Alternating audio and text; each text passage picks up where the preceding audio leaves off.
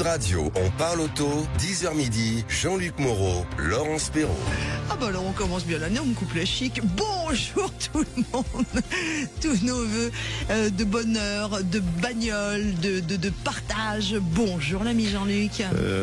Bonjour Dame Laurence et bonjour à tous les auditeurs et surtout bonne année. Tous nos vœux de santé, on va commencer par ça parce que c'est le plus important.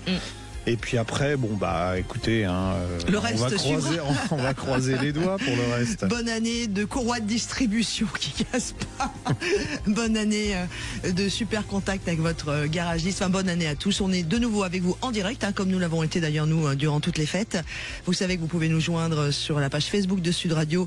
Et je sais que vous êtes déjà quelques-uns à commencer à venir nous faire un petit coucou. Et puis, quant à nous, on va pour aujourd'hui accueillir John qui réalise cette émission pour les fêtes et nous allons aussi avoir notre belle...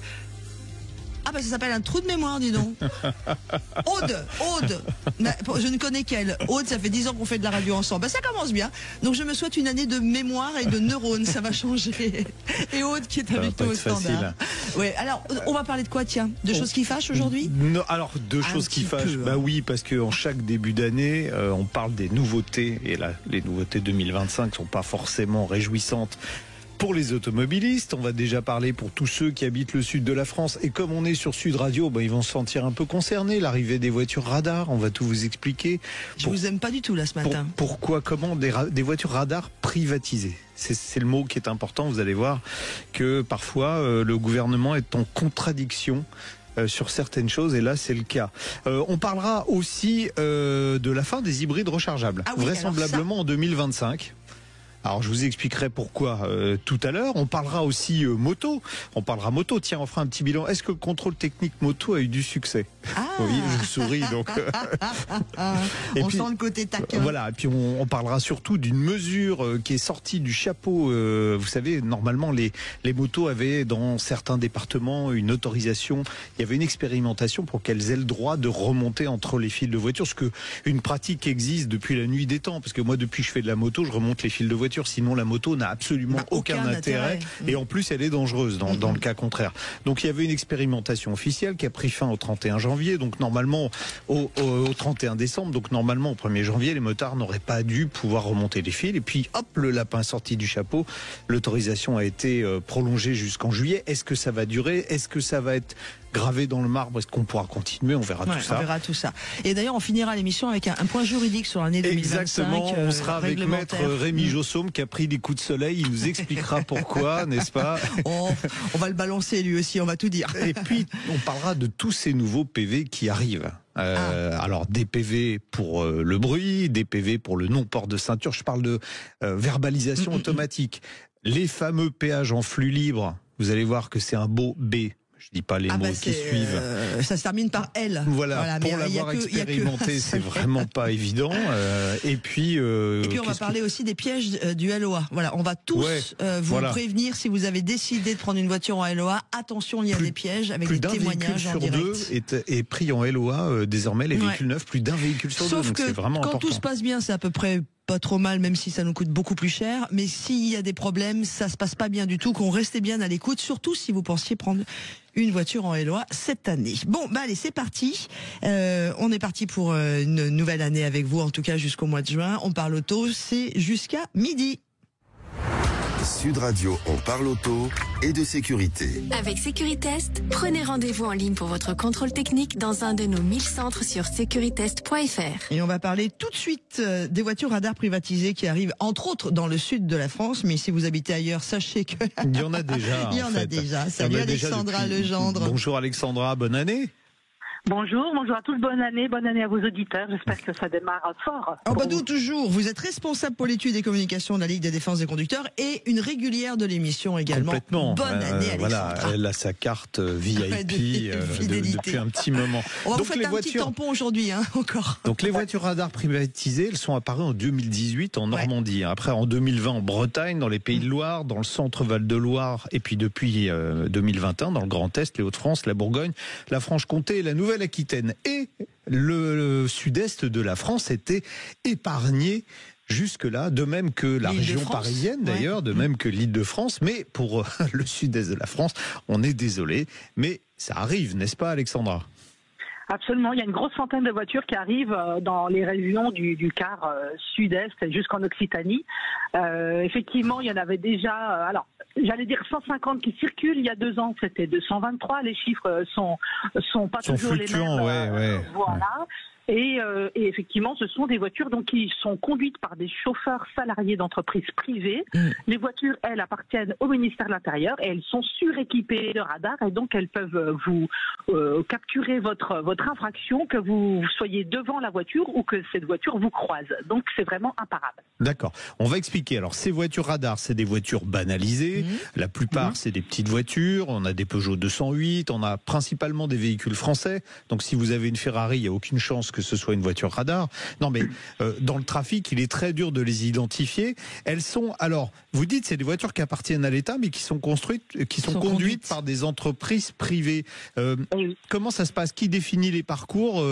Comment ça fonctionne? Et puis, quels sont les objectifs à réaliser quand on est une entreprise privée? Parce que, voilà. Une entreprise privée, elle est là pour faire des sous. Donc, de toute façon, ces véhicules, lorsqu'ils sont aux mains des forces de l'ordre, c'est-à-dire conduites par des gendarmes ou des policiers, elles ne fonctionnent à peu près qu'1 heure par jour en moyenne, puisque ces fonctionnaires ont d'autres chats à fouetter. En revanche, lorsque c'est un chauffeur privé, lui, il est payé pour conduire. Donc les voitures, elles fonctionnent bien plus longtemps dans la journée, autour de 6 heures par jour. Et l'idée, c'est effectivement de se faufiler dans la circulation incognito et puis de flasher le moindre excès de vitesse. Et on sait que les excès de vitesse sont à 95% inférieurs à 20 km/h. On est vraiment sur la traque de la moindre incartade. D'accord. Et en fait, effectivement, ils sont indétectables. Il faut vraiment connaître les plaques d'immatriculation ou alors avoir un œil de lynx pour repérer les petits radars qui sont les petites caméras qui sont installées dans les voitures. Et en plus, ça ne flash pas. Donc la vertu pédagogique, on va dire, du flash quand vous êtes surpris en infraction, c'est mort. Vous découvrez juste votre PV quelques semaines plus tard et vous savez même plus où c'était, vous ne savez plus dans quelles circonstances. Bref, ça sert uniquement à ramasser de l'argent. Ça sert à verbaliser. Oui, alors, attends. Il y a une question qui est très importante qui vient de tomber là sur la page Facebook. Ça sert à quoi la loi sur l'assermentation pour verbaliser? Parce que normalement, il fallait être assermenté pour pouvoir verbaliser. Alors que là, ce sont des sociétés privées, donc ils ne sont pas assermentés pour le faire. Merci Stéphane pour la question. Alors, en fait, les véhicules appartenant au ministère de l'Intérieur, elles ont été déclarées constitutionnelles. Ce système a été déclaré constitutionnel parce que on explique que les fonctionnaires, les forces de l'ordre, vont faire autre chose pendant que des chauffeurs privés vont conduire ces véhicules. Et ces chauffeurs, ils sont juste payés pour conduire des voitures avec des radars. Donc, en fait, ils ne sont pas habilités à intervenir dans le cas de comportements dangereux, par exemple. D'accord. Ils sont vraiment là juste pour circuler au milieu de tout le monde. On pourrait mettre une voiture automatique à la limite. Elles vont circuler sur quel type d'axe, ces voitures? Principalement les départementales, parce qu'elles sont habilitées à circuler partout, mais d'après les rares chiffres, les rares données qui sont distillées au compte-gouttes, on s'aperçoit que c'est quand même principalement en 80% sur les départementales. Bon, on va préciser également que ces véhicules qui circulent ont une marge d'erreur pour la mesure de la vitesse qui est plus importante qu'un radar fixe. Donc vous êtes pris non pas quand on est en dessous de 100 km/h, il y a une marge technique de 5 km/h. Là, c'est une marge de 10 km/h. Ça veut dire que sur une route à 80, vous serez verbalisé si vous êtes à 81. C'est bien ça? C'est ça, absolument. Effectivement, comme le véhicule est en mouvement, il y a une marge d'erreur un peu plus large. Ce qui pose problème, si vous voulez, c'est qu'on sait très bien qu'en France... 91, pardon. Oui, merci. La 91, pardon. Oui, je regardais Jean-Luc en disant non, là, il y a quelque chose. Alors, Jean-Luc, pour l'année, la bonne résolution, je fais des mathématiques. Tiens, on va faire des mathématiques, justement. Tiens, ça rapporte combien ça rapporte... ça, c'est bon. Ouais, on va parler de chiffres, tiens. Ça rapporte combien une voiture radar? Parce que on nous dit c'est de la prévention. Il n'y a pas de prévention puisqu'on les voit pas, on ne sait pas qui sont là, donc ça fait ralentir personne. C'est juste un impôt nouveau sur roue. Alors, d'après à nouveau les rares données qu'on a, nous on estime qu'en chiffre d'affaires, c'est-à-dire hors charge liée à ces véhicules, on est à pas loin de 400 000 € par voiture par an. Donc on a calculé nos derniers véhicules sont à 390 000 à peu près. Ce sont des calculs qu'on réactualise chaque année dès qu'on a un petit peu plus de données sur les messages d'infraction. Moi j'ai un concept, Alexandra et Jean-Luc, j'ai un concept. Eh bien, je pense que la Française des Jeux peut faire gagner une voiture verbalisante parce qu'on pourrait être sûr de gagner 400 000 €. C'est ouf, quoi. Ils feront combien de kilomètres par an ces véhicules? Alors, ça va dépendre des circuits qui sont déterminés donc par le préfet, qui vont dire aux chauffeurs, vous passez par là, vous passez par là. Si on estime qu'elles roulent 7 jours sur 7 à hauteur de 6 heures par jour, on est à peu près à 140 000 km par an. Ouais. Est-ce qu'on pourrait leur suggérer de prendre des PureTech qui feraient moins de kilomètres comme ça? Moi, j'ai fait un petit calcul parce que alors on a bien compris qu'il n'y avait pas de prévention, que c'était une simple répression. Moi, je dis c'est un impôt, mais c'est du vol. C'est pas un impôt, c'est du vol. Non, mais c'est un impôt en plus. Vous allez voir, en termes de, si on prend 140 000 par an comme référence, on prend les émissions de CO2 réelles du véhicule. J'ai pris une 205 entre les émissions homologuées et les émissions. 208, pardon. Oui. Ouais, alors, mais je vous ai dit, j'ai des problèmes de chiffres aujourd'hui. J'ai pris une 208. On est à 180 grammes par kilomètre d'émissions réelles de CO2. On parle pas d'alcool, là. 140 000 kilomètres par an, ça fait 25,2 tonnes de CO2 par an. Et si on prend 223 voitures, ce qu'il y a eu au maximum et ce qu'il y aura à peu près cette année, on sera à 5619 tonnes de CO2.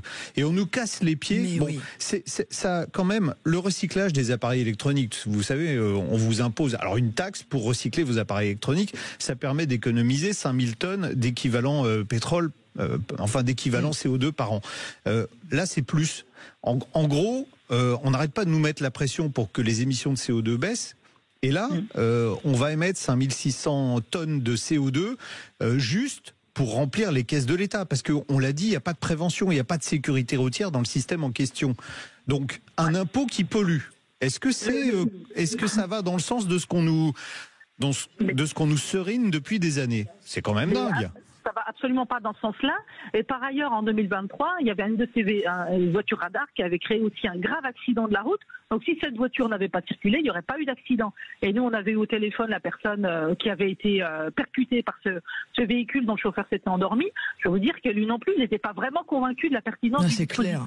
Alors il y a plein de réactions sur la page Facebook de Sud Radio. Vous imaginez bien, Alexandra Legendre, vous qui êtes responsable pour l'étude et communication de la Ligue des défenses des conducteurs, et monsieur l'ami Jean-Luc Moreau, que ça réagit parce que c'est un sujet qui, au-delà de nous énerver, ça plus que nous fâcher. Je pense qu'on fait tous de l'urticaire pour débuter l'année, moi. On nous demande avec beaucoup d'humour. Il y a Syl qui dit: est-ce que je peux devenir chauffeur? Évidemment, tout le monde dit que c'est du vol. Je pense que les chauffeurs sont pas extrêmement bien payés, malheureusement. Oui, ils doivent être au SMIC. Il faut avoir 10 points sur son permis en plus, minimum. D'accord. Il faut avoir 10 points sur son permis, voilà. On nous souhaite plein la bonne année, etc. Il y a quelqu'un qui nous dit, je crois que c'est Alphonse, qui dit que lui, il avait déjà reçu un PV sur une voiture radar en 2015, donc ça avait existé avant. Est-ce que c'était de l'ordre des essais, des tests? Alors, non, elles étaient conduites par les forces de l'ordre à l'époque. Ah voilà, c'était les forces de l'ordre à l'époque. Ouais. Voilà, donc en tout cas, il y a plein de réactions. On est désolé, on ne peut rien faire, Alexandra. On est complètement otage de ce truc-là maintenant. Oui, complètement. Donc le problème, pour les entreprises privées qui ont reçu cette délégation du ministère de l'Intérieur, la difficulté consiste à trouver des chauffeurs. Il y a quand même souvent beaucoup d'annonces justement pour ce métier.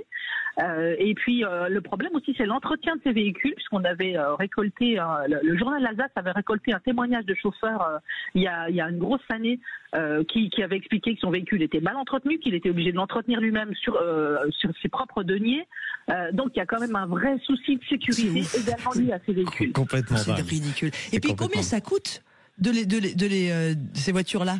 Ça rapporte, on a compris que ça rapportait. Oui, mais combien elles coûtent alors qu'on est déjà un pays qui a du mal à... tu vois, il y a un moment... Non, mais moi, ce qui me dérange dans tout ça, c'est que verbalisation du stationnement en société privée, maintenant verbalisation des excès de vitesse société privée, la mission régalienne de l'État, elle est où là-dedans? Elle est plus là. On va externaliser tout ce qui peut rapporter de l'argent, en gros. Et puis... Stéphane, il dit quel recours devant la Cour européenne? Merci Stéphane. Non, mais il n'y a rien, ça a déjà été fait, il n'y a rien à faire. Bon, on l'a tous dans le baba. Voilà. Merci beaucoup Alexandra de ces bonnes nouvelles pour débuter l'année. Vous n'êtes plus Alexandra, pour nos amis qui nous écoutent dans le Sud, quels départements sont concernés là, avec précision? C'est tous les départements de la région PACA, de l'Occitanie et puis Auvergne, voilà, le quart sud-est jusqu'à l'Occitanie de la France. Et la tranquillité, c'est fini par là. Et uniquement sur les départements. Sauf en Corse. D'accord. Voilà. Bizarrement, tiens, la Corse. Alors, c'est en projet, mais ils n'ont pas prévu. En Corse, il n'y a pas d'excès de vitesse, tout le monde le sait. Non, et puis ils ont raison de ne pas toucher à la Corse, il y en a marre. Et qu'est-ce que je veux dire? C'est que sur les départementales, hein. Non, ils peuvent circuler en voiture, dans les agglomérations, sur l'autoroute. Mais c'est principalement là où en fait on ne sait pas trop aujourd'hui s'il faut rouler à 80-90.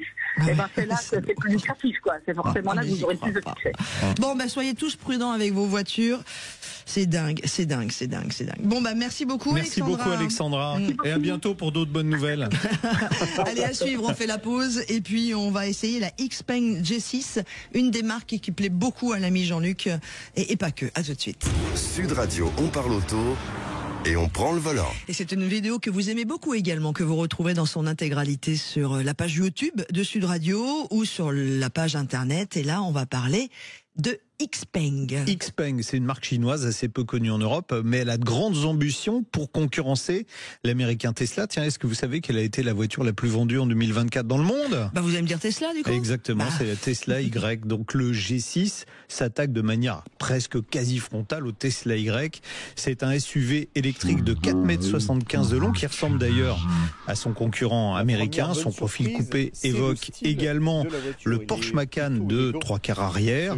Mais qu'importe l'inspiration, vous me direz, l'allure générale est plutôt élégante, avec des proportions harmonieuses. C'est une belle voiture. Le moment où les voitures chinoises étaient franchement moches, c'est terminé. En plus, on a des grandes roues de 20 pouces qui contribuent à cette allure dynamique. Et, en tout cas, mon modèle d'essai était chaussé de pneumatiques Michelin, ce qui est une bonne garantie en termes de tenue de route. Pour ceux qui ont la vidéo, c'est vrai qu'on voit derrière, là, il y a un air assez prononcé. Pour la Porsche Macan, c'est pas moche du tout. Sur la page Facebook. Donc, on a des grandes roues. Merci Monsieur Michelin pour les pneus. Et puis, l'arrière fastback, c'est comme ça que ça s'appelle, puisqu'on a un profil de coupé, ne pénalise pas la taille du coffre, qui affiche 571 litres.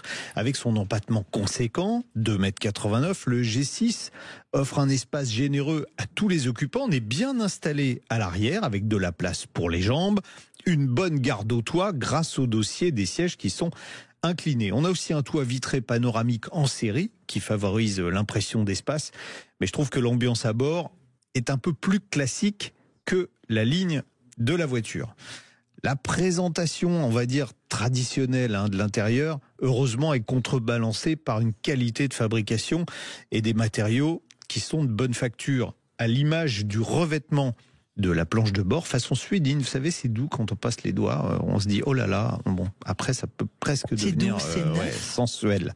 Donc ça habille la planche de bord. Le garnissage de la sellerie, en revanche, fait un peu plastique. C'est pas du cuir. Vous savez, aujourd'hui on met plus de plastique dans les voitures. On met plus de cuir dans les voitures.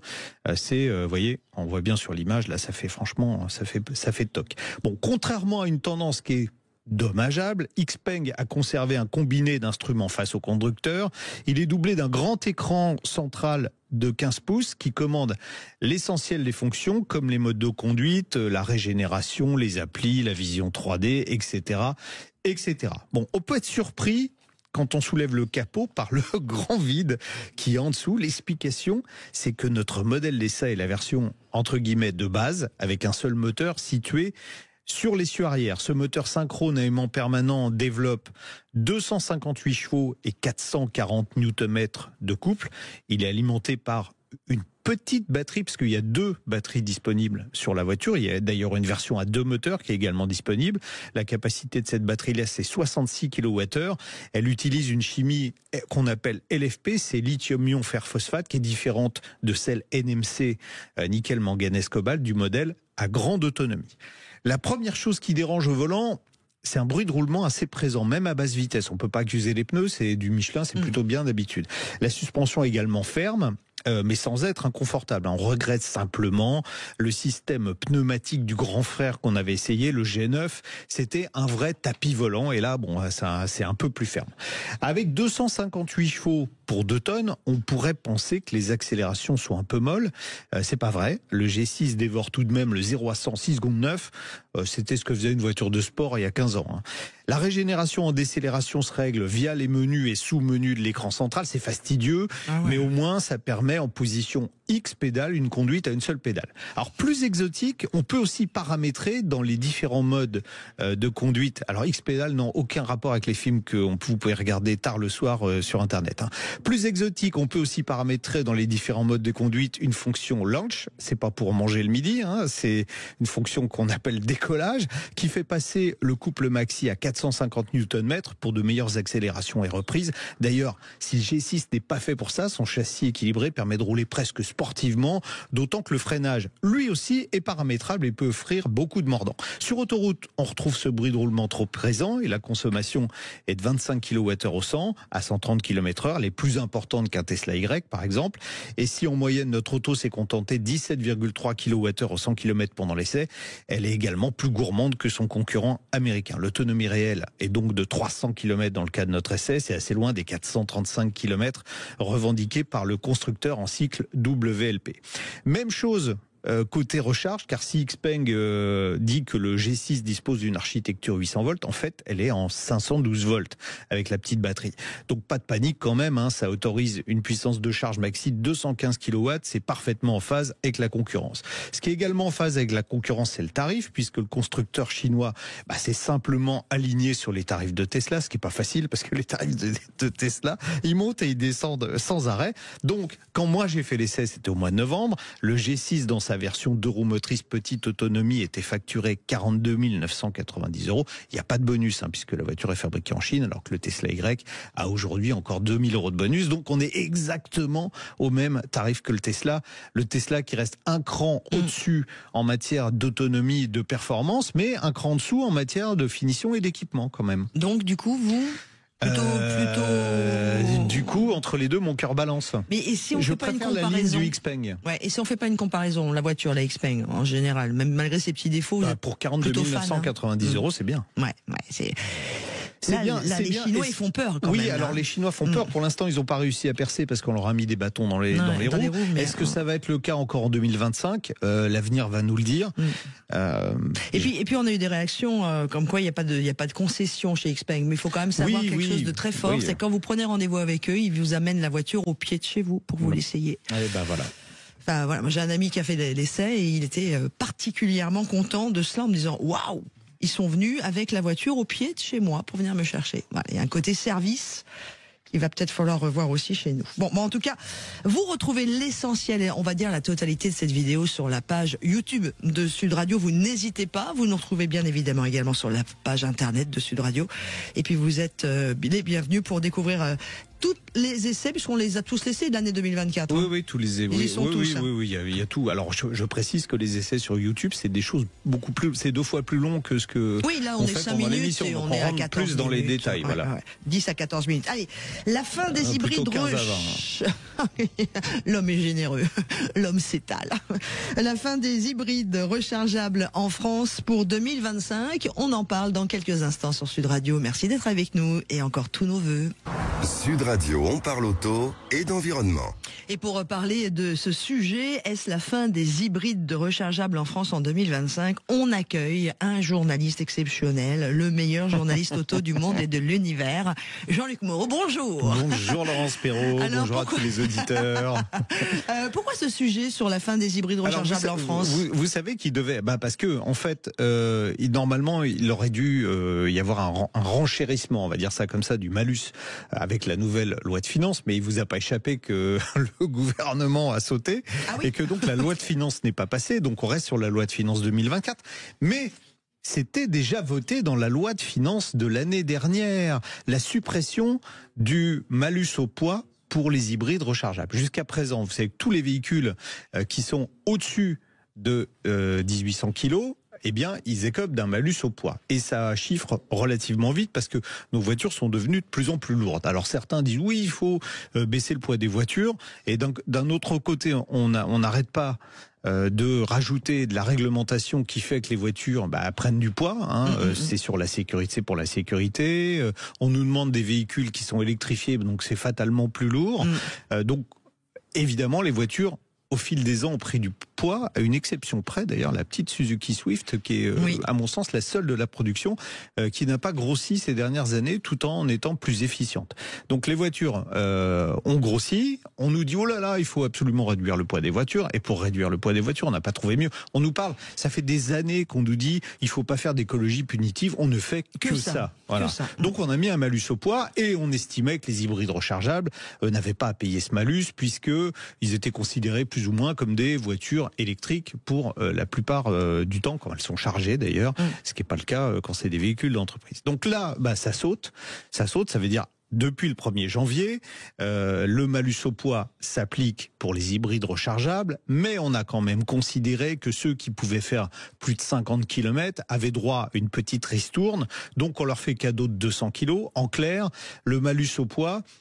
Alors c'était, je vous ai dit 1800 tout à l'heure. Ouais. Alors en fait, j'ai vraiment un problème avec les chiffres aujourd'hui. C'est 1600 kilos. Ça s'applique à partir de 1600 kilos le malus au poids. Excusez-moi, je buvais vos paroles, j'ai même pas réagi. C'est 1600 kilos. Donc là, on fait cadeau de 200 kilos aux hybrides rechargeables qui peuvent faire plus de 50 bornes en électrique. Donc ça veut dire que le malus s'applique à partir de 1800 kilos. À partir de 1800 kilos, donc on prend un malus dans le museau. Ce malus entre 1600 et 1800 kilos, il est 10 € par kilo supplémentaire. Ensuite, au maxi, à partir de 2 tonnes 100, on est à 30 € par kilo supplémentaire. Je ne sais pas si vous voyez ce que ça peut donner. D'ailleurs, je vous ai fait quelques petits calculs à un moment où j'avais encore toute ma tête, donc j'étais pas perdu dans les chiffres. Je vous ai pris quelques exemples. Alors, un BMW X1, voiture très répandue, parce que aujourd'hui, les principaux acheteurs des hybrides rechargeables sont les sociétés. Pourquoi ? Parce que fiscalement, c'est très intéressant, ce qui va peut-être disparaître bientôt aussi. D'ailleurs, c'est pour ça que je vous disais, c'est bientôt la fin des hybrides rechargeables, parce que Bruxelles, là pour le coup, c'est l'Europe, est en train de revoir la procédure d'homologation des hybrides rechargeables. Aujourd'hui, vous avez des véhicules qui font plus de 2 tonnes, qui font 400 chevaux et qui vous affichent 40 grammes de CO2. Bon, on se doute bien que dans la réalité, c'est pas exactement ça. Donc, c'est sans doute des chiffres qui seront multipliés par 2 ou par 3, peut-être même plus avec la nouvelle règle de calcul. Donc pour les entreprises, ça n'aura plus aucun intérêt. Et comme en plus ils auront un malus au poids à payer, c'est la fin du marché des hybrides rechargeables. Ça, c'est presque garanti. Donc je vous ai fait quelques petits calculs en prenant l'abattement de 200 kilos. Bon, un BMW X1, un des véhicules hybrides rechargeables les plus prisés par les sociétés, il écopera de 1310 € de malus écologique, de malus au poids, pardon. Donc c'est encore pas catastrophique. Oui, mais enfin quand même, c'est quand même 1003. Voilà, un Volvo XC60 aussi assez prisé, 2 tonnes 163, donc on ramène à 1963 kilos. Il aura 4780 € de malus au poids. Attention, ça va se corser. Un Mercedes GLC, donc là aussi, qui est déjà une voiture pas assez chère. Mercedes dans sa gamme a plus de 100 modèles hybrides rechargeables. Oh la vache. Voilà. Donc ils sont mal. Donc là, il est à 2355 kilos, donc on redescend à 2155. On est à 9680 € de malus au poids. Un GLC coupé, on est à 11 630. Au secours. C'est bientôt le prix de la C3 et Citroën. Voilà, un BMW X5, donc la taille au-dessus, il est à 13 880 € de malus au poids, donc vous vous rendez bien compte que tout ça, ça va mettre un gros coup de frein. Alors il y en a quand même certains qui échappent, par exemple la DS4. La DS4, elle est en dessous du poids, elle était à 1653, donc on enlève 200 kilos, elle n'a pas de malus écologique. Vous avez les modèles Cupra, la Formentor également, qui est en dessous, donc qui n'écope pas de malus écologique, mais de malus au poids. Donc il y en a quand même très très peu. Jean-Luc Moreau de Sud Radio, si je vous suis, vous pensez que c'est à la fin des hybrides rechargeables en France à cause de ce malus, c'est-à-dire que les gens ne vont plus les acheter, ce qui paraît normal. Moins les acheter. Alors déjà, il y a quelque chose de... Puis quel est l'intérêt d'avoir un hybride rechargeable si on le recharge pas? C'est ce que tout le monde dit depuis longtemps. Il faudrait que, alors là pour le coup, le législateur a pas été très pertinent parce que moi j'obligerais les entreprises qui achètent des hybrides rechargeables à avoir des prises sur le lieu de travail pour recharger les hybrides rechargeables. Parce que les gens qui habitent en appartement, ils vont pas installer une prise. Même ceux qui habitent en maison individuelle et qui ont une voiture de fonction, ils ont pas envie d'installer une prise chez eux. Non mais là on marche sur la tête de toute façon. Moi j'ai essayé des hybrides rechargeables, j'avoue j'ai jamais rechargé. Parce que je trouvais pas la bonne borne, parce que les bornes étaient en panne. Ça n'a aucun intérêt, parce que la voiture est lourde, et donc je consomme plus avec le moteur classique. Ça n'a aucun intérêt si on ne recharge pas. D'ailleurs, ce qui est symptomatique, c'est que là, au mois de décembre, alors sur l'année, les ventes d'hybrides rechargeables reculaient de 10%. Et là, sur le mois de décembre, il y a eu un bond. Il y a eu, attendez, cherche le chiffre, une progression, je crois que c'est de 13% ou même plus que ça, 45%. Voilà, c'est progression de 45% sur le mois de décembre. C'est-à-dire tout le monde s'est dépêché d'acheter avant l'arrivée du malus au poids. Donc c'est bien, ça dit bien que l'exonération de certaines taxes était un des critères d'achat. C'est clair. À partir du moment où la taxe s'applique. Après, ça va pas dans le sens, et Alphonse, il a raison sur la page Facebook de Sud Radio, ça va pas dans le sens de la transition. C'est-à-dire qu'il c'est ridicule d'avoir mis des malus au poids sur ces voitures-là, alors que l'on aime ou qu'on n'aime pas aller recharger son hybride. C'était quand même une transition intéressante entre une thermique et passer à l'électrique. Ouais, mais c'est beaucoup les Allemands qui ont fait ça, parce qu'ils avaient des voitures très lourdes, très puissantes, et ils se sont dit comment on peut échapper au malus de tout poil. Donc on fait de l'hybride rechargeable. Ce qui n'était pas aujourd'hui. Ce qui est plébiscité par les acheteurs, c'est l'hybride, ce qu'on appelle le full hybride, donc qui est pas rechargeable.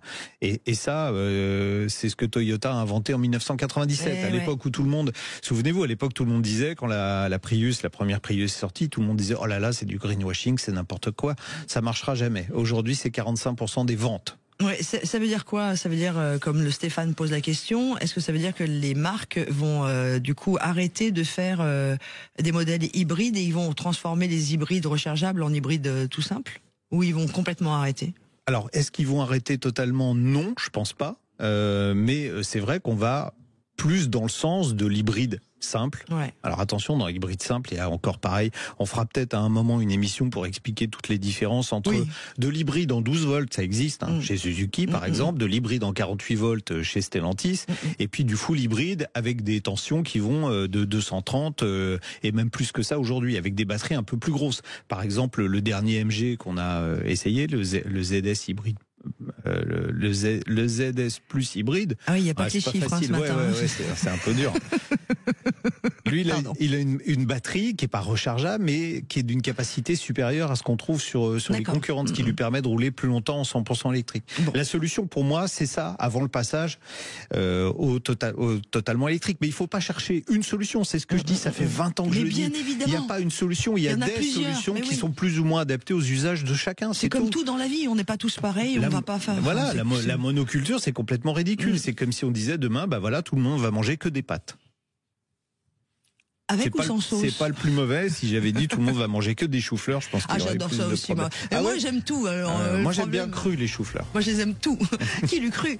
En tout cas, est-ce que les hybrides rechargeables en France c'est cuit? On verra ça plus tard.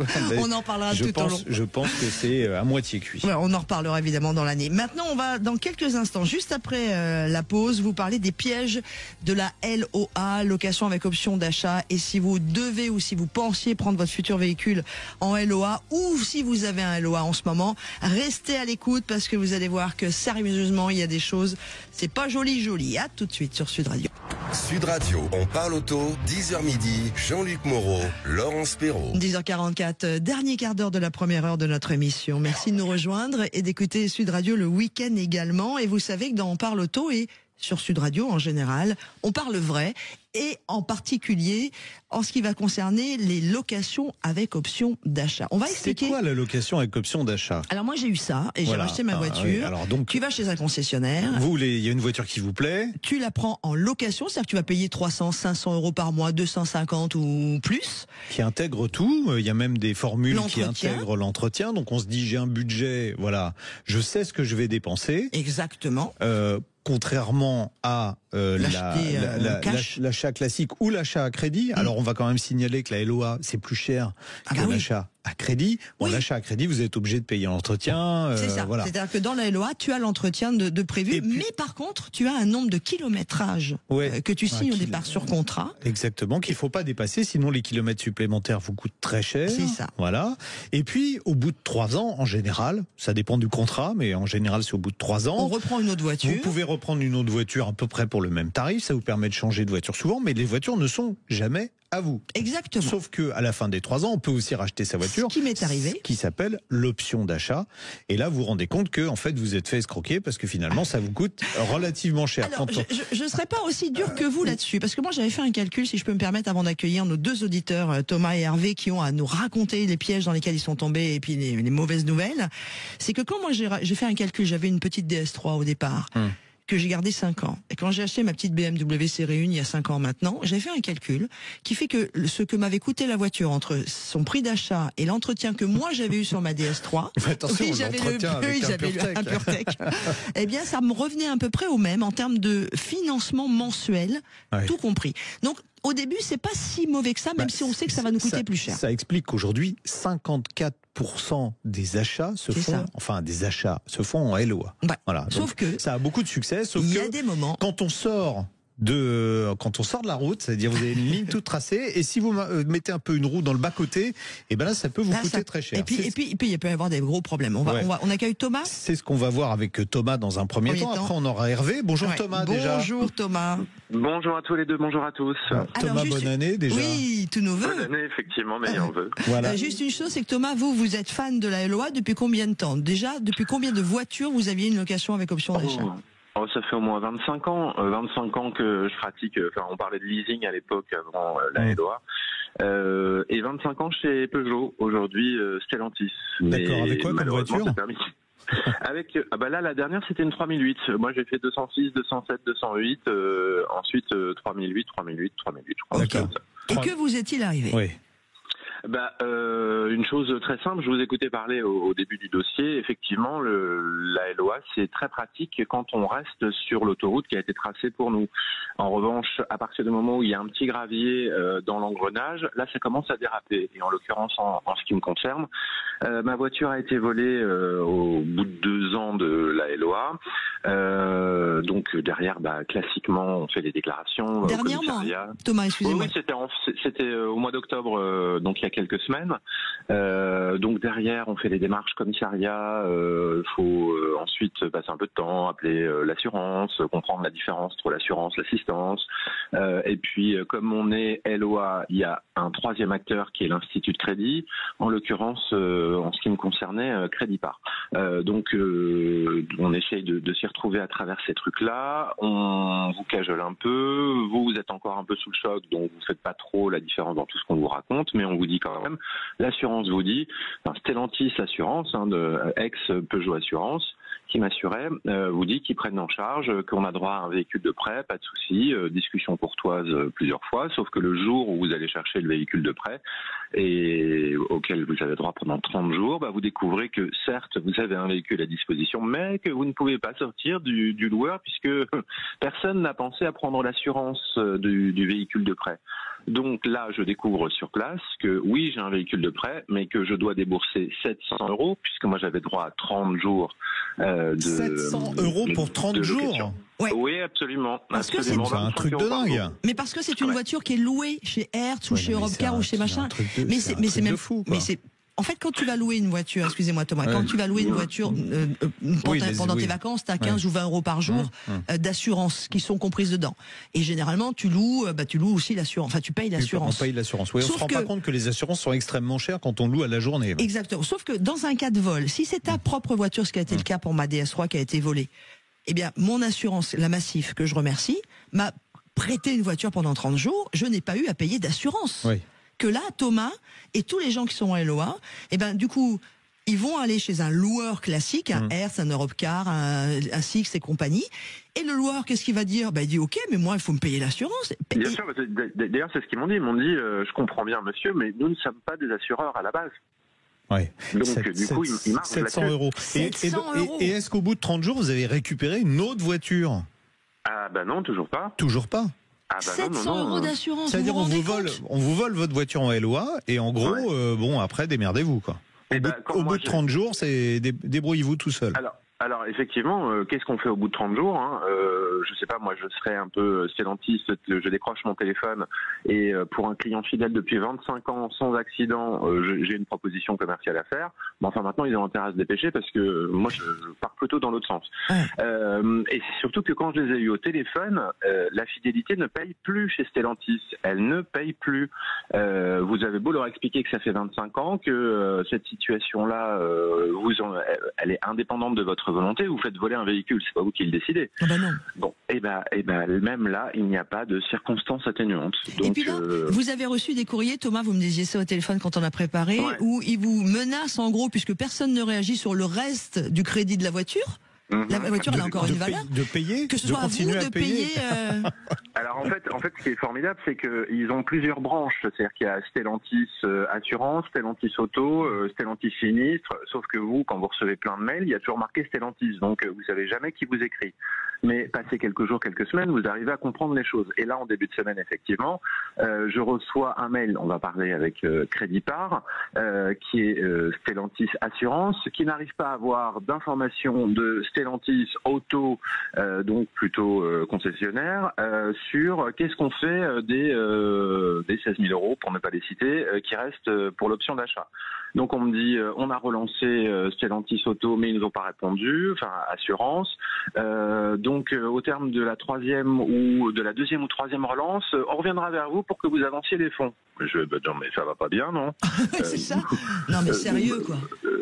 Ils sont entre eux et ils arrivent même pas à communiquer et c'est donc le client qui doit trouver une solution. C'est surréaliste. Bon, on va pas tirer sur l'ambulance, mais en plus, un 3008, c'est facile à voler. Hein. Ouais, en plus. Absolument. C'est l'une des voitures les plus volées, je crois. Ouais. Parce que c'est facile. Ce que disait Thomas, c'est qu'une des voitures les plus volées, quand on préparait l'émission, il me dit, je ne comprends pas pourquoi Stellantis ne fait pas un travail sur cette voiture pour qu'elle soit plus aussi facilement volable. Ça coûte des sous. Mais c'est ça, ouais, c'est ça. Bon, maintenant qu'il y a eu un gros changement à la tête de Stellantis, on espère qu'ils vont redresser la barre. Enfin, ils ont intérêt, en tout cas, parce qu'ils sont en train de perdre des clients à vitesse grand V. Vous avez vu, l'année dernière, Renault est le premier constructeur français. C'était Peugeot auparavant, mais ça y est, c'est Renault. Mais là, Thomas, il a pas de solution. Nous, on n'en a pas à vous apporter, Thomas, si ce n'est de vous laisser libre parole. Non, mais c'est bien d'en parler pour que les gens à qui ça va arriver. Absolument. Ne prenez plus de LOA, en fait. Hein. Enfin, je vais à un moment. Non, je rigole. Chacun fait comme il peut. Vous allez voir. Ah bah tiens, restez avec nous, Thomas, parce qu'on a Hervé qui arrive aussi, qui a une histoire pas mal non plus. Alors c'est dans un autre genre, Hervé, mais c'est bien aussi. Bonjour Hervé, et puis bonne année. Bonjour à vous deux et bonne année. Et bonne année. Vous avez écouté Thomas, donc finalement, par rapport à ce qui vous arrive, c'est un peu moins grave. Non mais alors, on a en commun tous les trois de beaucoup aimer la bagnole, mais il faut que d'autre côté on fasse un effort aussi. Donc l'histoire de Thomas le montre, la mienne aussi. Alors je vous explique un peu l'histoire, chiffre à l'appui. Donc 2021, fin 2021, j'ai le coup de cœur pour un véhicule que vous avez essayé, Jean-Luc, le Kia EV6. D'accord. C'était élu voiture de l'année à l'époque, un gros coup de cœur électrique, un couple de folie, très bien. Valeur du véhicule 44 000 euros. Et moi, j'avais un vieux véhicule à mettre au rebut, donc j'ai le bonus plus la prime à la casse. D'accord. Donc apport 10 000 euros. D'accord. Apport 10 000 euros, puis 3 ans de loyer à minimum, en moyenne à 450 euros. Pour le véhicule, c'est très raisonnable parce que c'est une belle auto, c'est une grande voiture. C'est une grande voiture, 229 chevaux. Exactement. Ouais. C'était l'entrée de gamme, mais c'était déjà très bien équipé. Et ça l'est toujours. C'est toujours une voiture que j'aimais plutôt. Donc voilà. Comme vous le dites, Jean-Luc et Laurence à chaque émission, pour rentabiliser l'électrique, il faut rouler avec. Donc, le petit forfait à 10 000 euros de base, à 10 000 km par an qu'on vous propose, pas terrible. Donc, je prends 15 000 km par an. D'accord. Pendant 3 ans. Donc, en gros, les loyers s'élèvent à 450 euros par mois pendant 36 mois. Voiture assez longue, donc à Paris, en région parisienne, des petits pocs de carrosserie à droite et à gauche. Ouais. Et avant de la restituer, même pas sous les conseils, de bon sens, je vais d'abord chez un carrossier pour qu'il y ait 2 carrossiers dans la vallée de Chevreuse qui me font 2 devis à peu près équivalents. 3 000 euros de réparation. D'accord. Bon, ça fait un peu mal, mais je m'y attendais.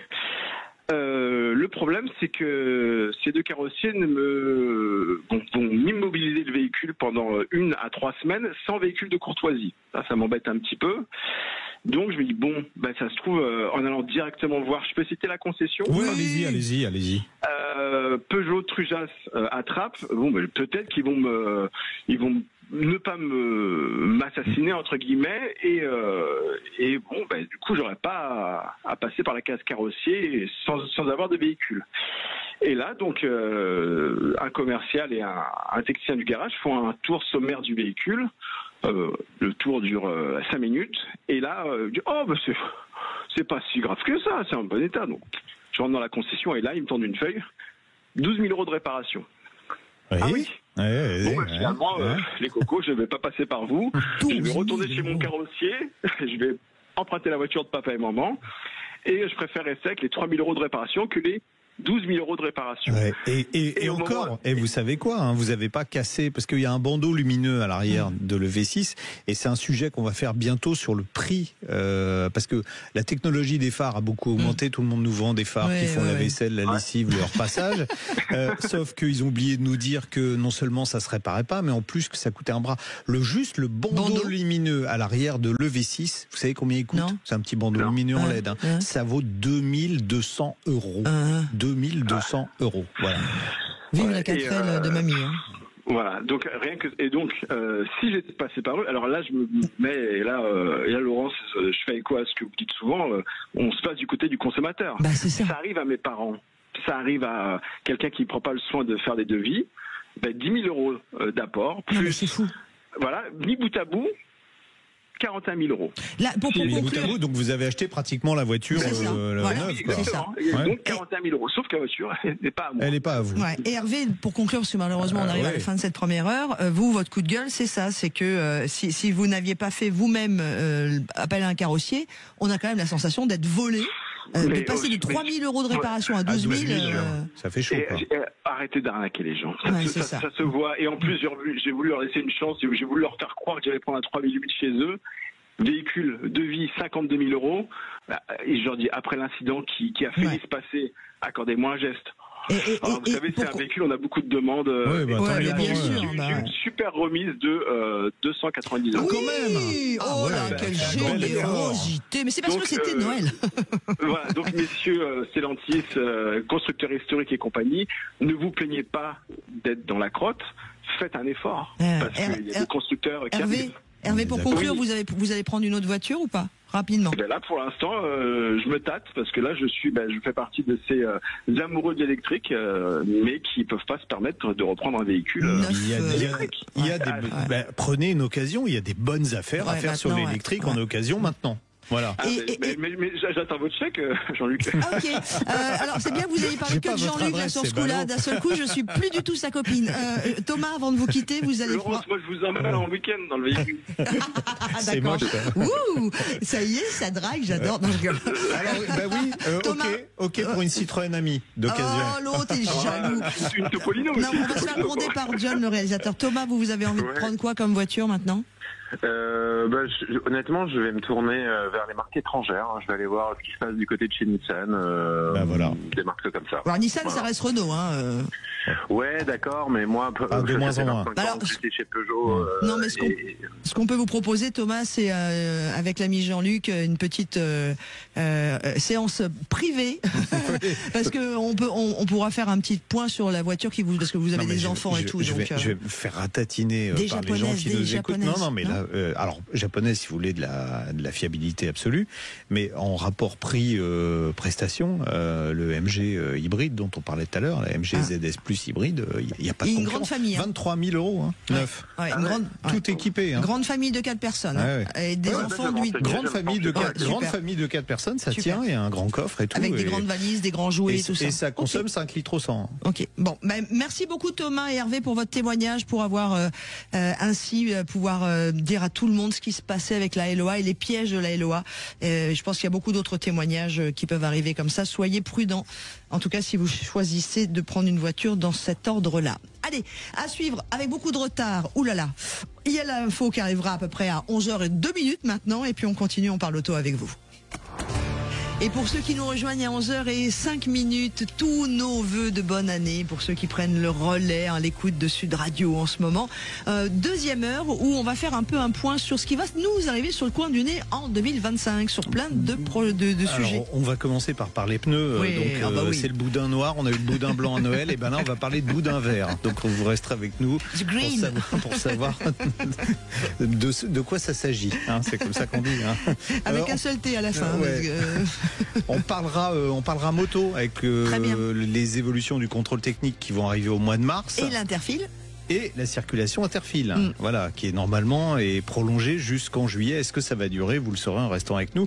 On parlera aussi voitures anciennes, parce que il y a plein de questions qui se posent pour cette nouvelle année 2025. Vous savez qu'on a parlé des ZFE il y a pas longtemps, qui se sont durcis un peu partout. Voilà, donc quid des voitures en certificat de collection? Est-ce qu'il y aura la fameuse vignette pour les véhicules de collection? On parlera de la journée nationale du véhicule d'époque. Enfin bon, bref, voilà, on va faire un petit tour d'horizon. Ça sera très riche. Restez avec nous. Et puis, pour finir, ça c'est bien, on aura Maître Rémi qui sera avec nous. On va parler de plein de joyeuseté. Ouais, je m'appelle Rémi, je suis sans famille. Maître Rémi qui sera avec nous. On parlera donc de tous ces nouveaux PV qui vont débarquer cette année. Et surtout, on expliquera comment les contester et que faire, parce que l'usurpation de plaques devient le sport national français, et vous allez voir qu'avec ces nouveaux PV qui arrivent, certaines personnes vont se retrouver submergées. Et c'est un truc de fou, quoi. Bon, bref, vous l'avez compris, on continue de parler vrai sur Sud Radio pour 2025. On va pas changer cette très très très belle habitude et prise de position. Mais tout de suite, on va lui souhaiter une bonne année de pneus, mais pas seulement, une Happy Goodyear. Elle était pas mal celle-là. On parle pneus avec Dominique Senfeld. C'est vrai qu'on aurait pu avoir Goodyear en début d'année. Bon, on les aura la semaine prochaine pour se rattraper. Le syndicat du pneu, les spécialistes du pneu au service de votre sécurité sur la route, présente Sud Radio, on parle auto. Parlons pneus, parlons bien. Et on va parler des grandes tendances du pneu avec Dominique Senfeld, président du syndicat du pneu. Bonjour Dominique. Bonjour Dominique. Bonjour Jean-Luc, bonjour Laurence. Happy bonne année. Goodyear, hein. Ouais. Merci. Bon, donc boudin vert cette année. Ah, boudin vert, en plein boudin vert, oui, absolument. Pourquoi Michelin a changé de couleur? Non, c'est l'univers du pneu en fait qui devient de plus en plus éco-responsable, et ça c'est quand même une très très bonne nouvelle. Donc l'année 2025 sera placée sous le signe du pneu vert. D'accord. Alors ils vont pas changer de couleur, hein, ils vont rester noirs les pneus, mais ils sont les matériaux qui les composent vont être remplacés par ce qu'on appelle les matériaux biosourcés. Hein, ne jetez plus les pissenlits dans votre jardin, vous pouvez faire des pneus avec. Ah, moi je les jetais pas, je les mangeais déjà. Ah oui, bah voilà. C'est un peu ça, exactement. Effectivement, les manufacturiers, les grands manufacturiers se sont donné rendez-vous à l'horizon 2050 pour ne produire et ne commercialiser que des pneus qui ne font pas appel à des matériaux pétro-sourcés. Aujourd'hui, un pneu est fabriqué en grande majorité avec des matières premières qui sont issues du pétrole.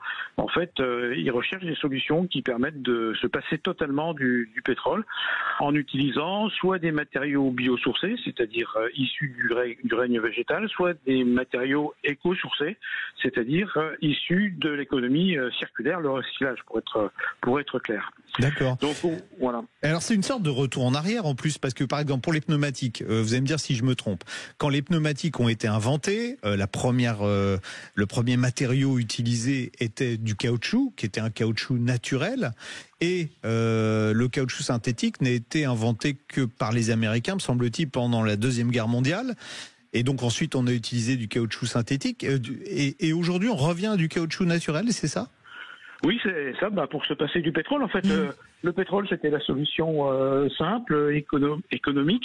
Et aujourd'hui, d'abord, pour des raisons écologiques, on cherche à s'en passer. Et puis, d'autre part, il faut penser qu'un jour ou l'autre, on n'aura plus accès au pétrole parce qu'il n'y en aura plus. Et donc, en fait, il faut trouver des solutions alternatives. Et là, en l'occurrence, il y en a, ça existe, ça marche. Il faut juste le temps de pouvoir mettre les process au point et de les industrialiser.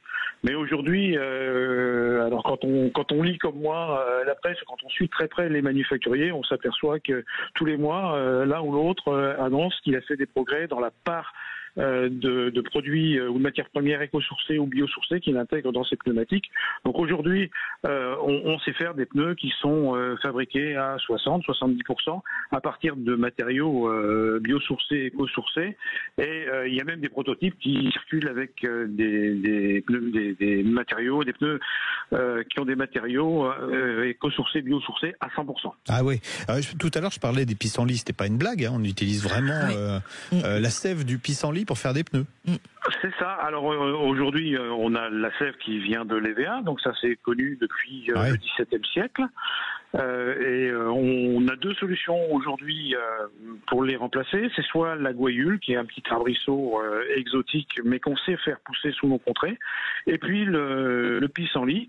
Donc vous savez, quand vous coupez une fleur de pissenlit, il y a un liquide blanc qui s'écoule, et ben ça c'est du latex en fait. Alors pas dans des quantités suffisantes dans les pissenlits que vous utilisez pour vos salades, mais on a des gros pissenlits effectivement qui savent de produire, des pissenlits géants qui permettent de produire des quantités relativement importantes de latex. Ah ouais. Alors bon, autre chose qui m'a surpris, c'est une loi contre la déforestation. Il y a des pneus en bois. Alors, ça c'est effectivement dans la foulée des recherches sur des matériaux biosourcés. En fait, les producteurs, les distributeurs de produits issus des forêts doivent s'assurer que les forêts sur lesquels ils se servent sont gérés de façon éco-responsable. Et ça concerne aussi le latex et la culture de l'EVA. Et donc, en fait, ça complique la vie des professionnels, des distributeurs, des manufacturiers qui doivent s'assurer que les matières premières qu'ils utilisent sont issues de forêts gérées de manière tout à fait éco-responsable. Et par exemple, qu'un arbre abattu doit être remplacé. Alors, c'est une usine à gaz, hein, c'est une législation, une réglementation qui est uniquement européenne, mais qui oblige par exemple, qui oblige par exemple les manufacturiers à s'assurer que la parcelle sur laquelle ils prélèvent des produits est gérée de façon tout à fait convenable. Michelin, par exemple, explique qu'ils ont 1 million de parcelles à référencer et à suivre. Donc, je trouve que ça part quand même. Ouais, ça part quand même d'une bonne idée. Enfin, il faut faire attention, quoi. Mais c'est une bonne idée, effectivement. Sauf que la réglementation, elle a été mise en place de manière très très brutale. D'ailleurs, elle devait être mise en place à partir du 1er janvier 2025. Elle ne le sera pas parce que c'est tellement complexe que personne n'est prêt. Et là, donc, on parle aujourd'hui de mise en place début 2026. D'accord. Bon, on en a parlé avec Michelin, mais c'est vrai que les particules de pneus aujourd'hui sont un sujet qui est assez prégnant. Donc 2025, j'imagine, sera une année où on va progresser beaucoup dans ce domaine. Et d'ailleurs, je rajoute une question, Dominique, excusez-moi, est-ce que ces fameux matériaux biosourcés comme issus des forêts feront moins de particules ? Alors, elles feront pas moins de particules, mais elles feront des particules qui sont biodégradables. Les microplastiques, on en trouve partout. Hein. Je rappelle que ils résultent de l'usure des pneus. Ça se disperse sur les routes, c'est lessivé par les eaux de pluie, c'est entraîné par les fleuves et les cours d'eau vers les milieux marins. Et on en retrouve partout. Alors si on veut descendre dans le détail, on s'est aperçu par exemple que ces microparticules contenaient un produit chimique qui tuait certains types de saumons en Amérique du Nord. Donc ça, par exemple, ces matières premières, elles seront interdites. Ces produits chimiques seront interdits, tout simplement pour sauvegarder la nature. Alors, comme vous le dites justement, Laurence, ça part d'un bon sentiment, mais vous imaginez bien que derrière, il y a des travaux colossaux qui doivent être effectués par les manufacturiers, et que malheureusement, derrière, il risque quand même d'y avoir des coûts, puisque tout ça implique la recherche de nouveaux matériaux et également des recherches techniques ou technologiques qui sont coûteuses. Ça veut dire que s'il y a des coûts, ça veut dire que les pneus vont être de plus en plus chers pour le consommateur que nous sommes. C'est le risque qu'on a, effectivement. Plus on veut avoir des produits écologiques et plus ils risquent d'être chers. Alors par contre, les manufacturiers recherchent une solution aussi. Hein. disperser moins de particules, il y a une solution qui est très simple, c'est faire des pneus qui durent plus longtemps. Donc ça, c'est une des pistes qui est travaillée aujourd'hui par les manufacturiers. Alors on peut dire qu'ils scient un peu la branche sur laquelle ils sont assis, mais ils le font très volontiers, tout simplement pour sauvegarder la planète. Mais là, effectivement, on aura des pneus qui seront probablement plus durables, mais aussi probablement plus chers. Oui. On peut aussi changer les semelles de ces chaussures pour aller plus loin, c'est-à-dire qu'on peut en fait ressemeler les pneus. Alors ça aussi, Jean-Luc, vous parliez du latex tout à l'heure, c'est la même chose pour leur chapage. Leur chapage existe depuis que le pneu existe, quasiment. Et aujourd'hui, sur des pneus poids lourds, il est utilisé de manière régulière, puisque plus de la moitié des pneus poids lourds qui sont commercialisés sont rechapés. Aujourd'hui, on a un manufacturier qui s'appelle Blackstar, sous la marque Léonard, qui a développé le rechapage sur des pneumatiques tourisme. Il y a aussi une obligation, puisqu'en fait les appels d'offres publics doivent intégrer la fourniture de pneus rechapés. Donc ça va dans ce sens-là. Mais bon, c'est vrai que le parc automobile, la diversité des dimensions sur les voitures sur le marché français font que c'est quand même très très compliqué, qu'il faut trouver les bonnes carcasses pour avoir une gamme qui répond à l'ensemble du marché, ce qui n'est pas le cas aujourd'hui. C'est quoi le logo Triman là, où on dit Triman, on dit quoi d'ailleurs qui doit arriver cette année? Alors c'est Triman, là aussi, c'est une usine à gaz qui est. Alors là, elle est pas européenne, elle est franco-française. Mais c'est quoi là, les gars? Vous parlez de quelque chose, je sais même pas ce que c'est, moi. Alors si vous savez ce que c'est, Laurent, c'est le petit logo qui se trouve sur les emballages de produits ménagers ou alimentaires, avec un personnage dans un cercle et 3 petites flèches. Ah oui. Voilà. C'est le Triman, ok, d'accord. Voilà, okay. Et voilà, ça c'est Triman, et donc le Triman va être imposé pour les pneumatiques. Avec un conseil donc qui indique de remettre ces pneus usagés sans obligation d'achat à un professionnel, proposant la vente ou le montage de pneus. Mais jusqu'à maintenant, en fait, c'était dans les textes, mais ça ne s'était pas traduit par une réalité. Et là, en l'occurrence, à la fin de l'année 2025, ce sera obligatoire. Alors, en fait, le législateur, il pensait que les pneus étaient livrés emballés, ce qui n'est absolument pas le cas. Donc il a fallu trouver. Mais ils habitent sur quelle planète? Oui, mais enfin ils vont pas dans les garages. Donc il a fallu trouver une solution intermédiaire, et en fait ce logo Triman et ce conseil figurera en pied de facture dès la fin de l'année 2025. Donc qui va indiquer que vous ne devez pas jeter vos pneus dans la nature, et qu'il existe des solutions. Et qu'il existe des solutions pour les remettre aux professionnels. Dominique, on est d'accord qu'on peut aller jusqu'à 8. Ouais, au garage, on peut aller voir notre garagiste. Sans obligation d'achat. Sans obligation, ou dans les déchetteries qui ont maintenant les bacs spéciaux. Est-ce qu'on pourra emmener ces pneus Dernière question, l'ami Jean-Luc, vous abusez là. Juste avant les vacances, le pneu qu'on peut avoir des fois en trop, est-ce qu'il pourrait être repris?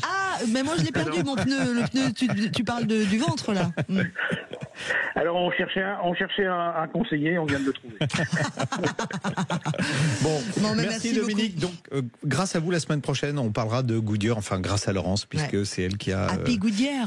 Pour les professionnels du pneu, ça tombe sous le sens. Qui a suggéré ce sujet. Voilà. On vous embrasse fort, Dominique. Merci Dominique. Merci beaucoup. Et tous nos vœux de nouveau à vous et à votre jolie famille, et à tous d'ailleurs, à vous qui nous écoutez sur Sud Radio, à vos familles, aux gens que vous aimez en général, vos amis, la totale. Allez.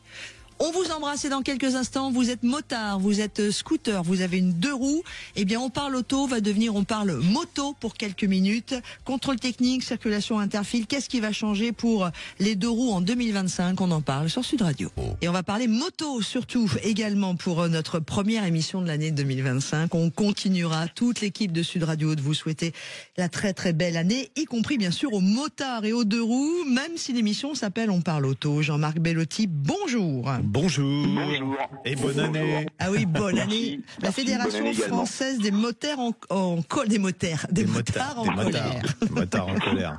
Bon, on va commencer par une bonne nouvelle, c'est assez rare quand même, Jean-Marc. C'est que, alors toute la presse à scandale avait dit oui, à partir du 1er janvier, attention, les motos, vous allez être verbalisés quand vous allez remonter les fils de voiture. Ah oui. En fait, on a eu un petit cadeau le 31. C'est sorti un petit peu comme un lapin lapin du chapeau. C'est prolongé, l'expérience. Oui, tout à fait. Alors c'est pas vraiment un cadeau parce qu'on est au courant quand même.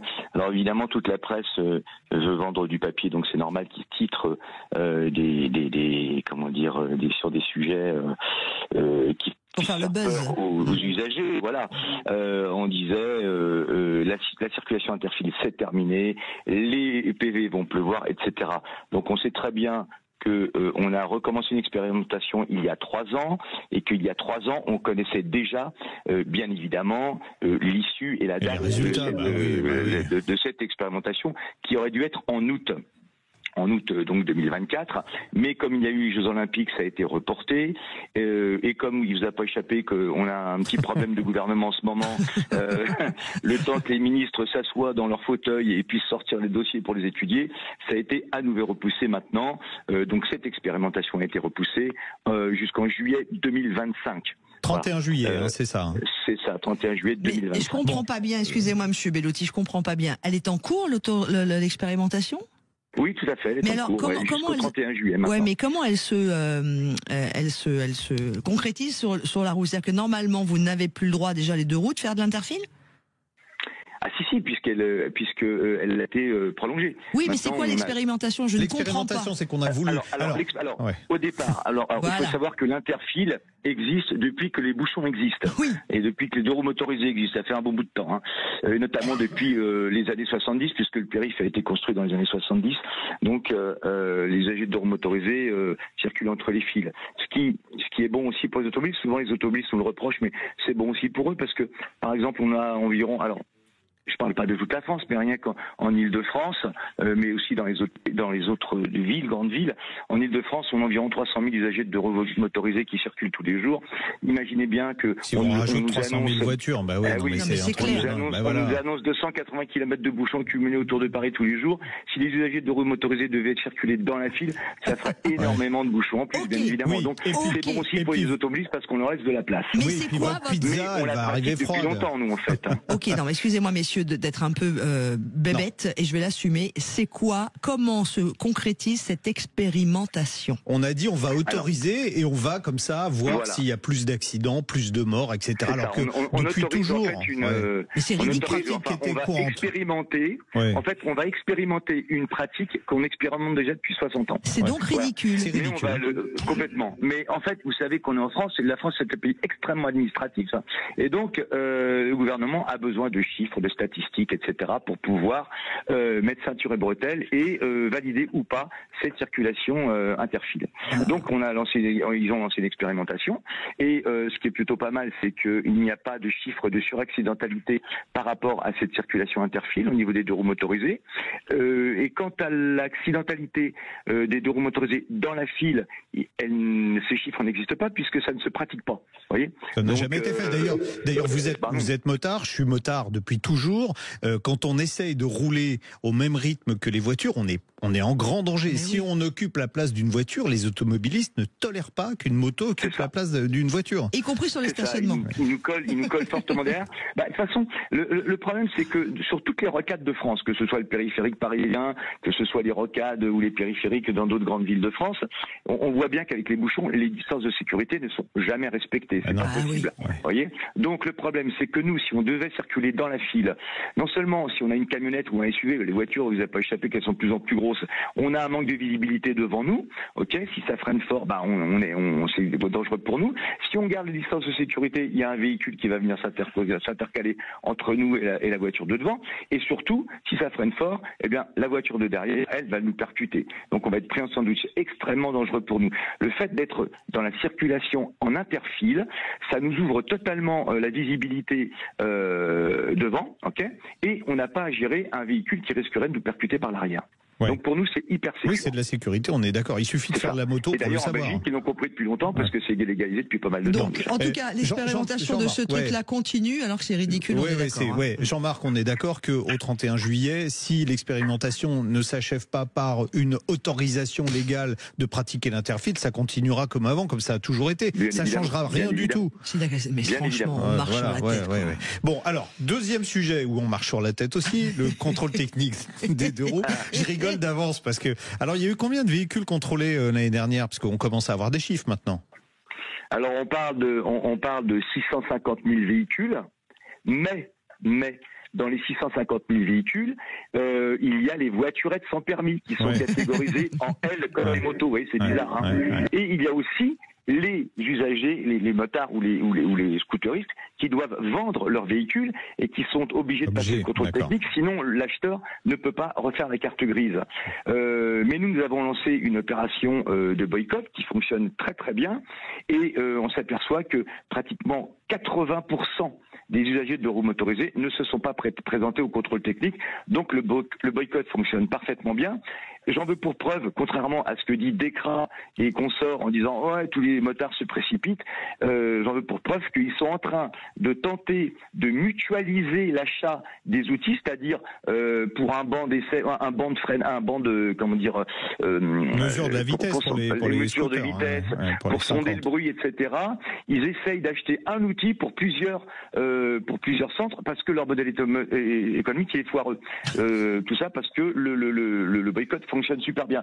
Donc j'en appelle à tous les usagers de roues motorisées de continuer ce boycott puisque nous allons profiter ensuite que le prochain ministre arrive pour pouvoir aller rediscuter contrôle technique avec les ministères et surtout s'appuyer sur les chiffres des contrôleurs techniques eux-mêmes qui disent que en fait les usagers de roues motorisées sont les bons élèves puisqu'il y a quand même assez peu de véhicules qui passent en contre-visite. Bon, alors attends. Par contre, évidemment, pour les voiturettes sans permis, c'est pratiquement 35%. Et là, c'est bon. Jean-Marc, je vais me faire l'avocat du diable quand même. Ceux qui sont allés au contrôle technique avec des motos, c'était des motos qui étaient bien entretenues. Ils savaient qu'il y avait pratiquement aucun problème. Moi, j'y suis allé. J'ai passé. J'ai un gros scooter 400 cm3. Je suis passé. Je savais qu'il y avait zéro défaut.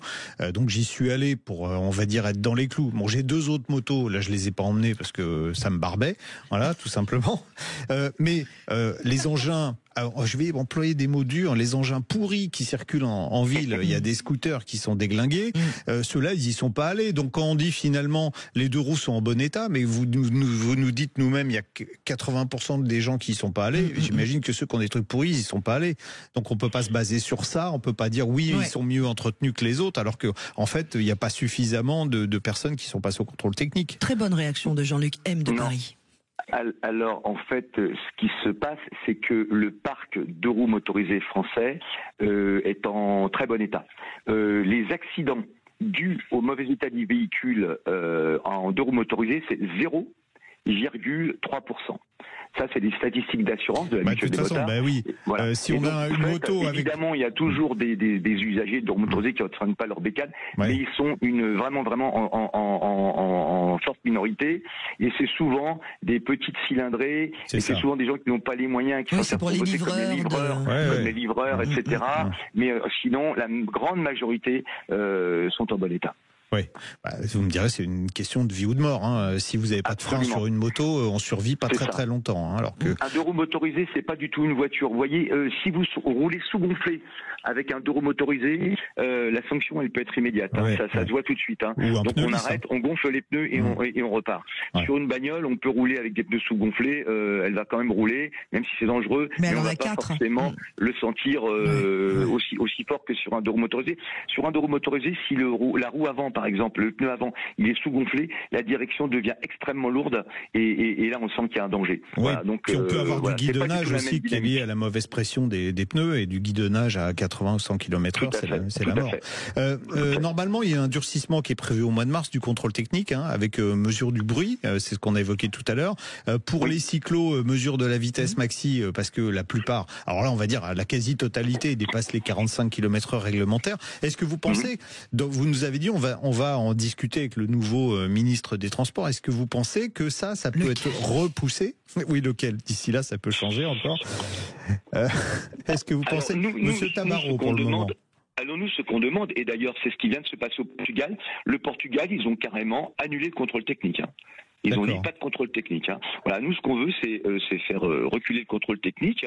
Et alors, c'est pas un durcissement, hein, le fait qu'il va y avoir des prises de son, enfin qu'il y aura des détections sur le bruit, puisque c'était déjà prévu depuis le départ. Sauf qu'ils ont mis le contrôle technique tellement rapidement en place qu'ils n'ont pas eu ni le temps ni les moyens tout de suite d'acheter le matériel qu'il fallait. J'ajouterais que par rapport au bruit, le contrôle technique n'entrera en rien du fait que certains motards ou certains usagers de motorisés font chier tout le monde avec des pots d'échappement qui sont bruyants. Et ça, malheureusement, c'est un problème de comportement. C'est vraiment une très faible minorité. Malheureusement, c'est cela qu'on entend. Sur 1000 motards qui vont passer, si on avait 10 qui passent en faisant du bruit, on va dire les motards font du bruit. Et ça, effectivement, c'est malheureux.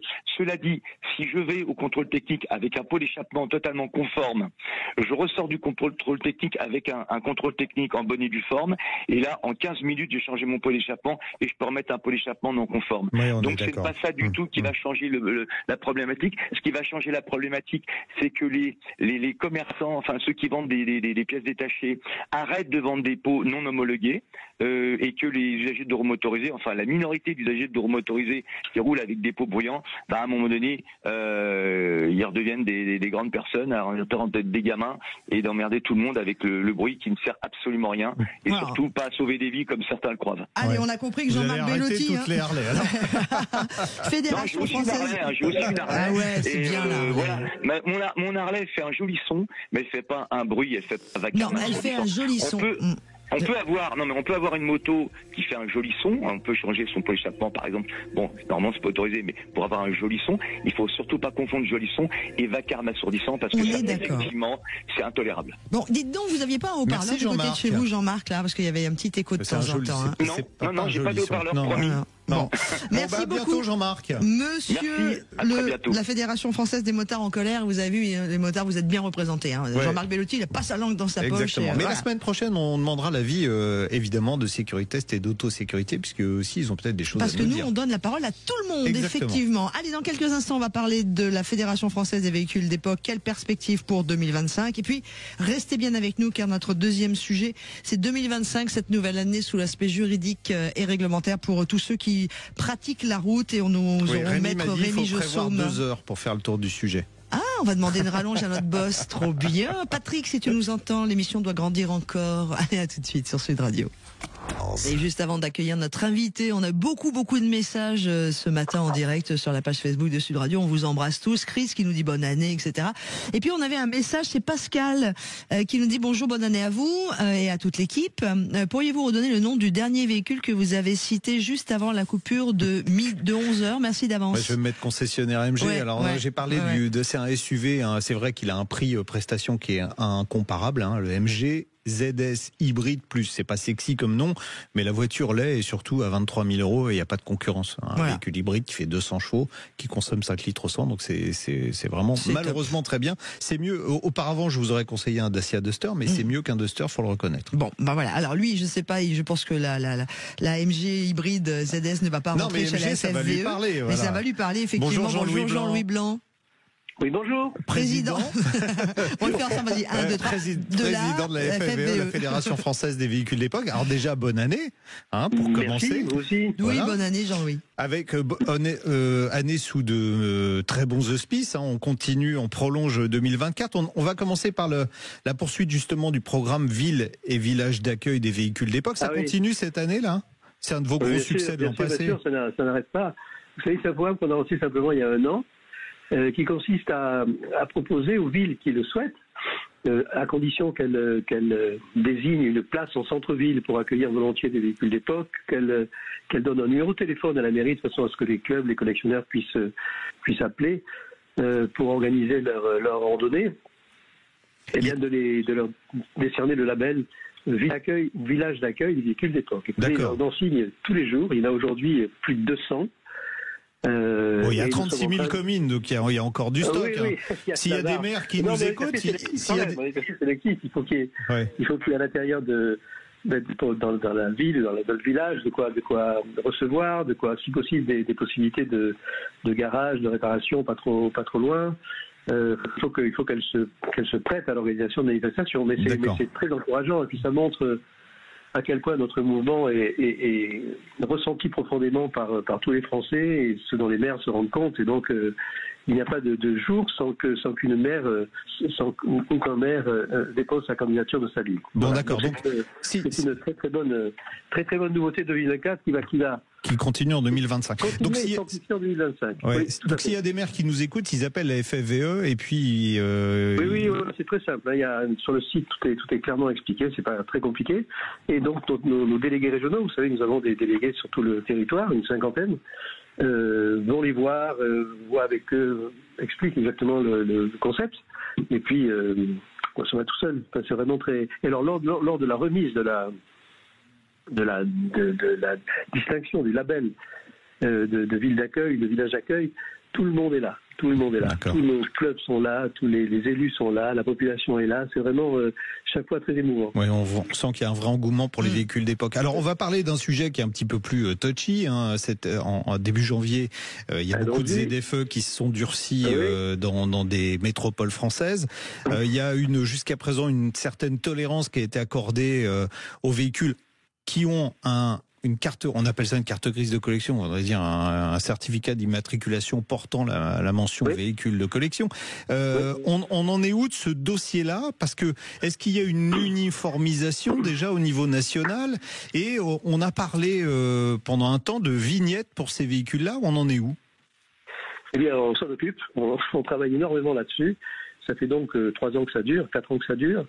Il y a eu une première vague de métropoles obligées de décider d'une ZFE, et celles-là ont tout accordé, parce que nous leur avons demandé, une dérogation de circulation pour les véhicules en carte grise de collection. Donc jusqu'à il y a peu, les 10 métropoles concernées ne permettaient la circulation des véhicules de collection. C'est toujours le cas. Il y a pas de. La nouveauté, c'est qu'il y a maintenant 45, je crois, autres agglomérations de plus de 150 000 habitants qui doivent, en ce moment, décider d'une ZFE. Là encore, nous sommes très très largement suivis, mais imaginez le travail que cela représente. Et puis, on peut très bien arriver dans quelques années à un territoire complètement mité, avec des endroits où on peut rouler, des endroits où on ne peut pas rouler sans qu'on sache vraiment trop pourquoi, ni sans qu'on le sache même. C'est très très compliqué.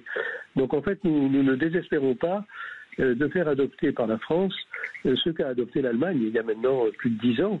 Et c'est la même directive qui s'applique. Simplement, dès la directive de 2008, les Allemands ont pris une disposition générale, et pourtant ça ne pays plus décentralisé que nous, imposant à toutes leurs agglomérations d'accorder une dérogation pour les véhicules de collection. Sans doute parce qu'ils chérissent davantage que nous leur histoire industrielle. Oui. Mais enfin, le Sénat a déjà voté une proposition de loi en ce sens, c'est-à-dire dérogation générale pour les véhicules de collection dans les ZFE, et on met une vignette sur le pare-brise des véhicules pour les distinguer des autres. Donc ceci serait très efficace. C'est ce qui a lieu en Allemagne, D'accord. Qui marche maintenant depuis 10 ans sans aucun problème. Il y a 2 fois plus de véhicules de collection en Allemagne. Il y a 80 ZFE, donc il y en a 10 fois plus que chez nous, et tout ça se passe très bien. Donc on essaie de convaincre les pouvoirs publics d'adopter une situation réglementaire comparable. Alors c'est pas exclu, mais on travaille dessus. En attendant, il faut aller ville par ville convaincre, ce que nous faisons. Ville par ville convaincre chaque élu de bien vouloir accorder cette dérogation. Ouais. Alors, cette dérogation, c'est pas du tout. Les arguments sont très forts, c'est-à-dire que les véhicules de collection, c'est moins de 1% du parc, et ça roule 15 fois moins que la moyenne. Donc au total, c'est un véhicule tous les 1500.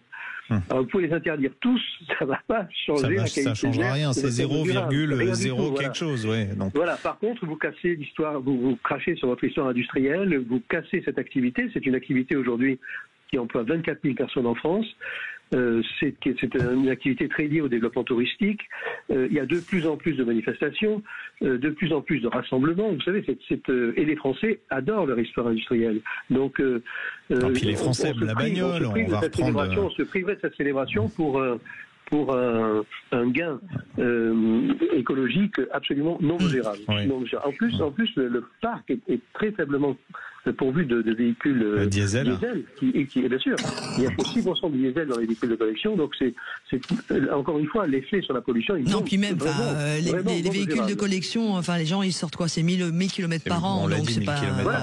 Même si c'était des diesels, c'est pas non plus méchant. Jean-Luc.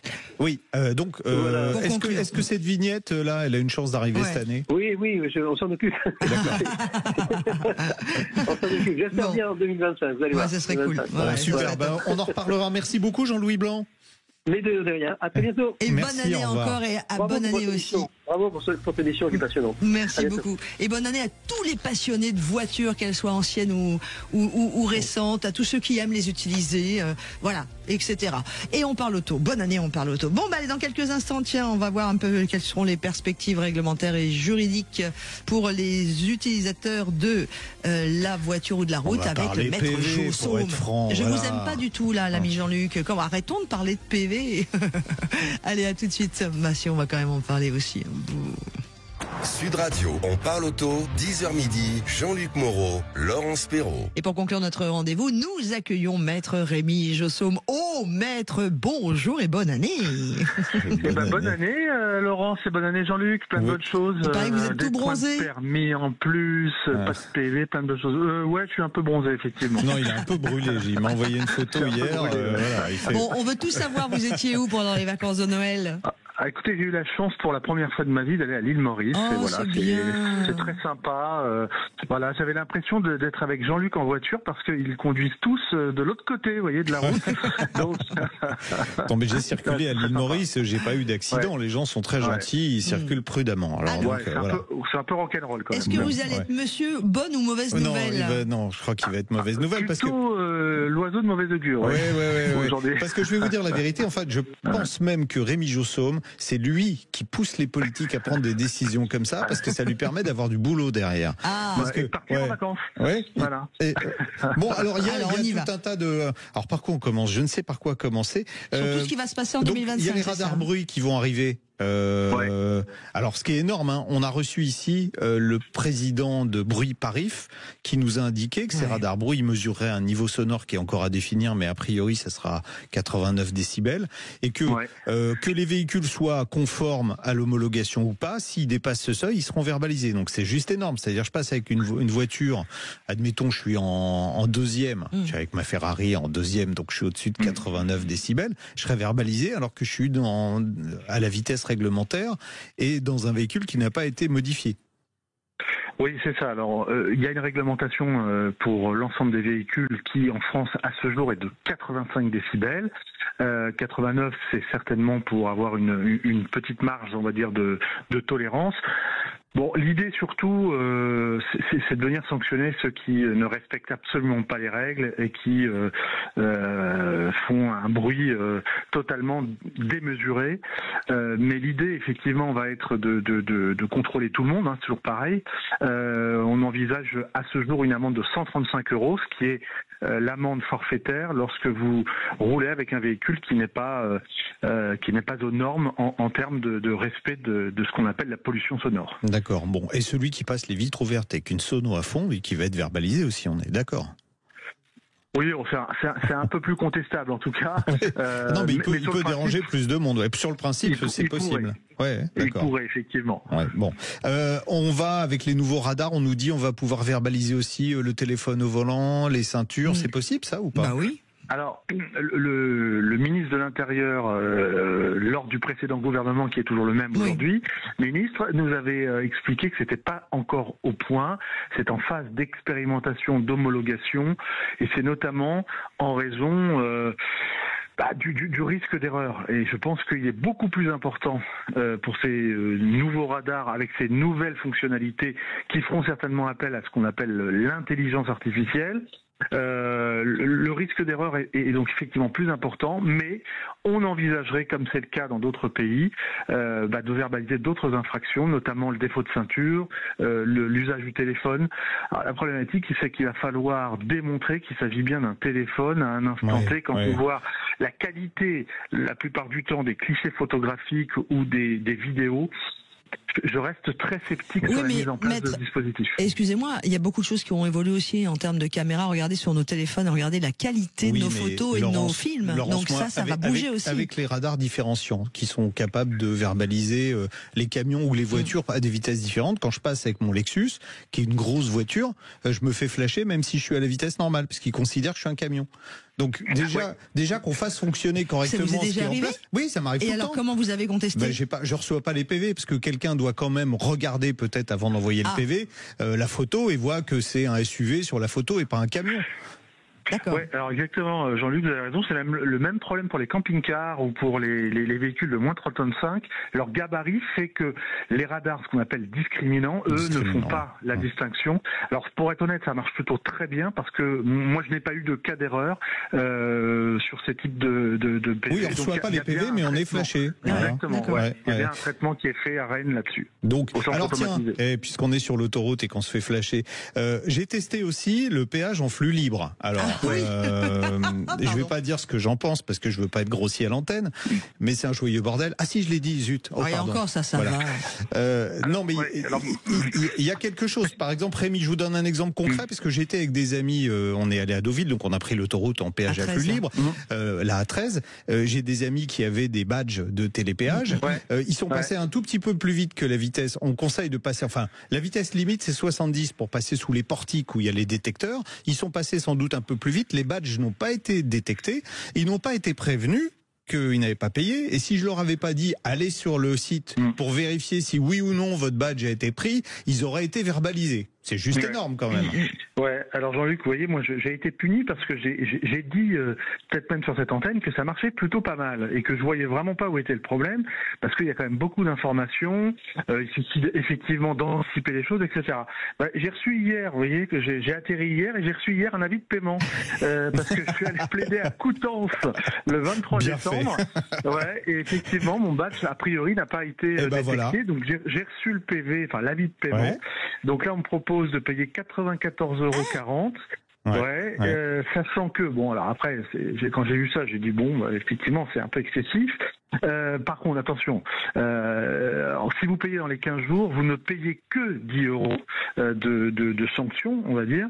Et là, comme c'est en phase d'expérimentation, on va dire, c'est réduit à 4,40 €. Mais enfin, quand même. Vous avez raison, Jean-Luc, il y a un vrai problème, ceci dit, d'information, de pédagogie, notamment pour ceux qui vont peut-être n'y aller qu'une fois ou très rarement. Si vous anticipez pas et si vous n'avez pas le réflexe, et là vous l'avez dit, vous avez raison, d'aller ensuite dans les 72 heures sur le site de la SANEF pour vérifier qu'il n'y ait pas un avis de paiement avec votre immatriculation, l'addition peut être effectivement très salée, mais néanmoins, indépendamment de tout ce qui se passe actuellement, ça sera toujours le cas dans 1 an, dans 2 ans, dans 3 ans.